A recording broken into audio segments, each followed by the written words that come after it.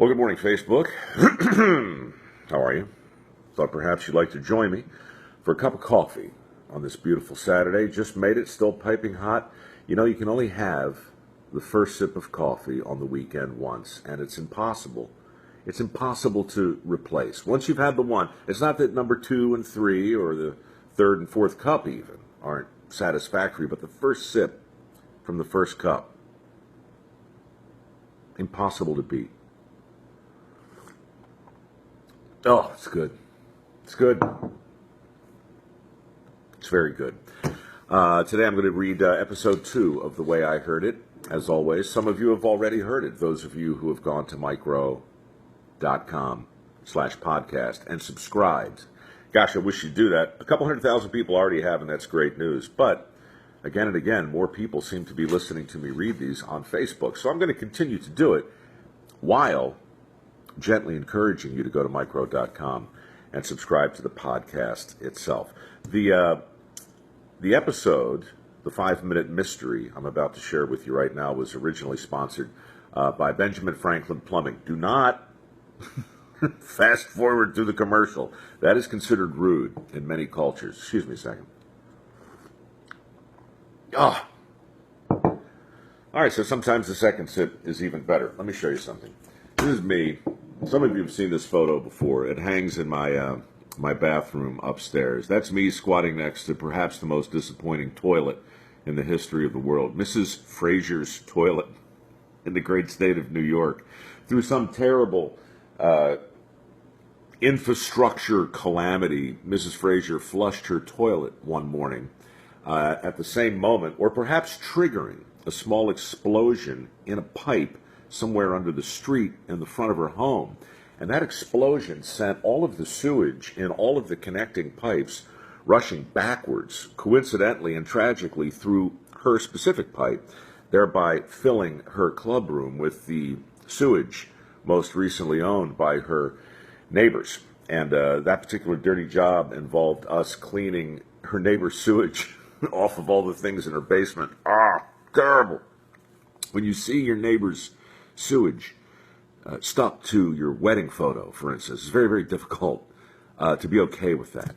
Anyway, I went in there with a disaster cleanup crew to do that, and I hang this photo in my bathroom today just as a gentle reminder of the importance of plumbers in the 21st century. I know many plumbers.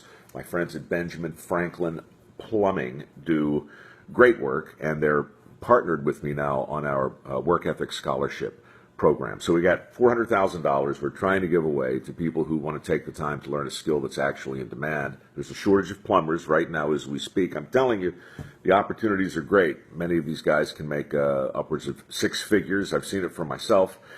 It's work. You got to get your hands dirty, but the opportunities are there. So if you need a plumber, call Benjamin Franklin. If you need a job, go to findskilledjobs.com. Here, even had some hats made up.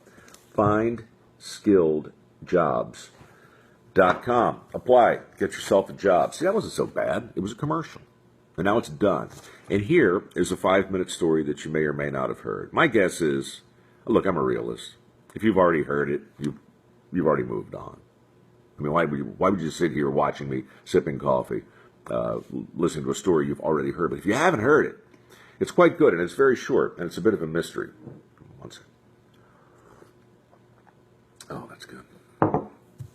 All right, let's begin, shall we? This was called He Had It All. He Had It All. Tell me if you can think who it is I'm talking about as I go. And no, the first name you're going to hear is not the answer to the mystery. It'll all be clear as I go. Ready? Okay. Oof. Wait a minute. All right, now.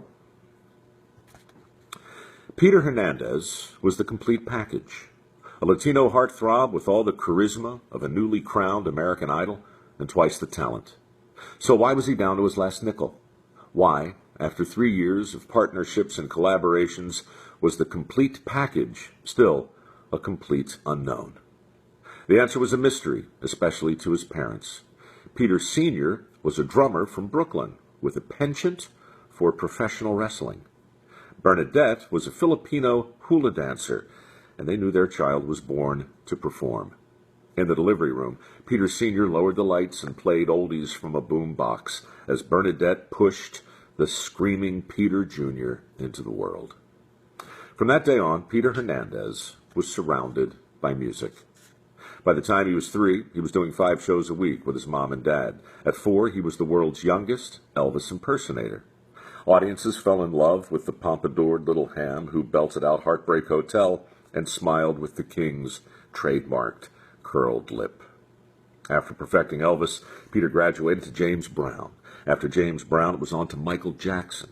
His impressions were uncanny, but it was his unique style that never failed to bring the crowd to its feet.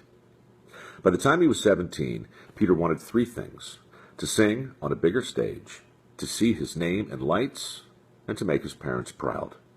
So, Peter Hernandez swung for the fences.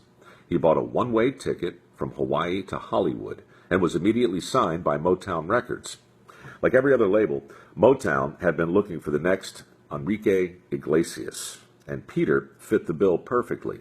He had the right look, the right voice, and with a name like Hernandez, the perfect pedigree for a Latino heartthrob in waiting. There was just one problem. Peter didn't want to be the next Enrique Iglesias. He wanted to be Peter Hernandez. A little Elvis Presley, a little James Brown, a little Michael Jackson. It's a funny thing about Hollywood.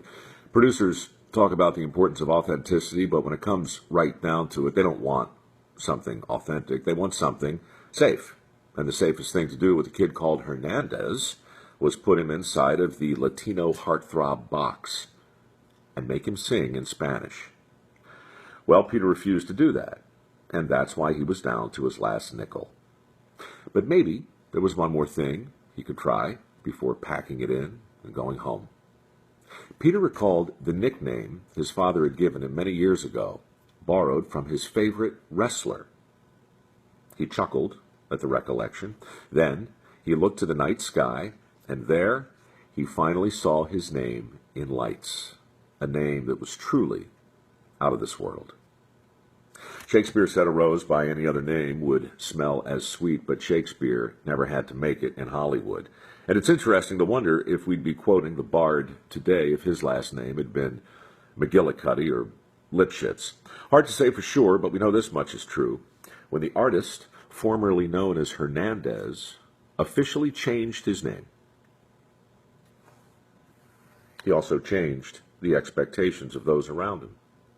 Before long, the new kid with the unusual name signed with Atlantic Records. A year later, his first album hit the charts, followed by 10 Grammy nominations. Over the next few years, that same kid went on to sell 130 million singles.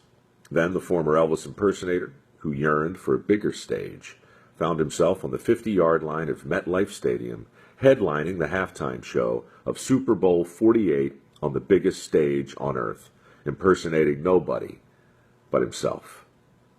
Sometimes the easiest way to make a name for yourself is to make yourself a new name, which is why nobody today is looking for the next Peter Hernandez, and everybody wants a piece of the next Bruno Mars. Anyway, that's the way I heard it. Did you figure it out along the way? It's okay if you did. And it's okay if you didn't. Now you know. Anyway, enjoy your weekend. Find skilledjobs.com. And I'll see you next time.